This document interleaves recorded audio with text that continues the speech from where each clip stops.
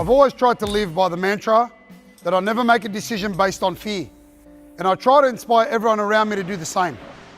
The Blue Wealth team is encouraged to push beyond fear every day.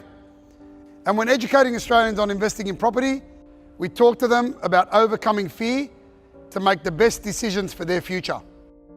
Now, when we think about fear, the name Michael Jordan doesn't automatically spring to mind. He brought the sport of basketball into the mainstream, bringing popularity to the NBA and increasing viewership around the world. There are few athletes who have transcended into superstardom and become the household name like Michael Jordan. In the 1980s and 90s, Jordan was the epitome of success, the greatest basketballer of all time. To fans everywhere, he made it look easy. He was a natural. Success without trying, without failure. But that's not the way he saw it. He said, "I've missed more than 9,000 shots in my career. I've lost almost 300 games. 26 times, I've been trusted to take the game-winning shot and missed. I've failed over and over again in my life." But Jordan wasn't afraid of failure, saying, "And that's why I succeed." His attitude made him even more popular. Michael Jordan was born on February the 17th, 1963. He played 15 seasons in the NBA for the Chicago Bulls and the Washington Wizards. He won championships, broke countless records, won numerous awards, and was showered with accolades throughout his illustrious career. His frequent slam dunks from the free throw line earned him the nicknames Air Jordan and his Airness. Jordan led the Bulls to their first ever NBA championship in 1991, and then went on to lead them to the 92 and 93 championships, which was only the third time in NBA history that a team had achieved a three-peat.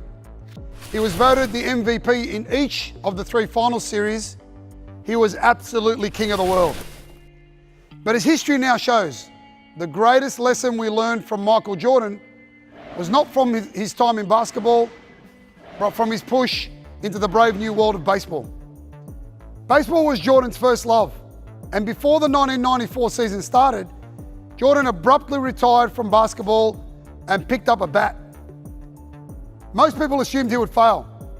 How could a player at the pinnacle of his career walk away from the sport that he was the face of?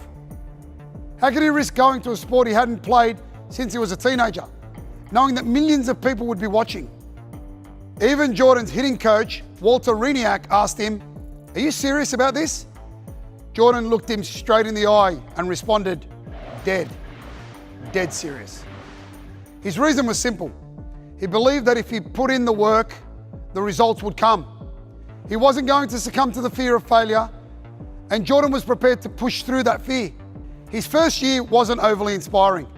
Compared to those he was playing with and against, he was average. He kept working hard, and his baseball improved. He was ready to continue his development in 1995, but decided to sit out while a major league players' strike continued. During this time, Jordan attended a Chicago Bulls game, and on March the 18th, 1995, Jordan announced that he would return to the NBA with a two-word press release: "I'm back." He went on to lead the Chicago Bulls to another three-peat from 96 to 98, and again was voted MVP in each of those final series. Still today, he holds the record for 6 finals MVPs. Those who knew him saw the noticeable change. He was now more generous with his time and encouraging to his teammates. He was more focused on the game and was a better leader. He had returned home, but his time spent away was not insignificant. We'll never know how Jordan would have gone if his baseball career continued, but we're inspired by his belief in himself and by the courage to face his fears. Facing fear and pushing through it brings a whole new sense of clarity, strength, and significance. Try it, you'll see.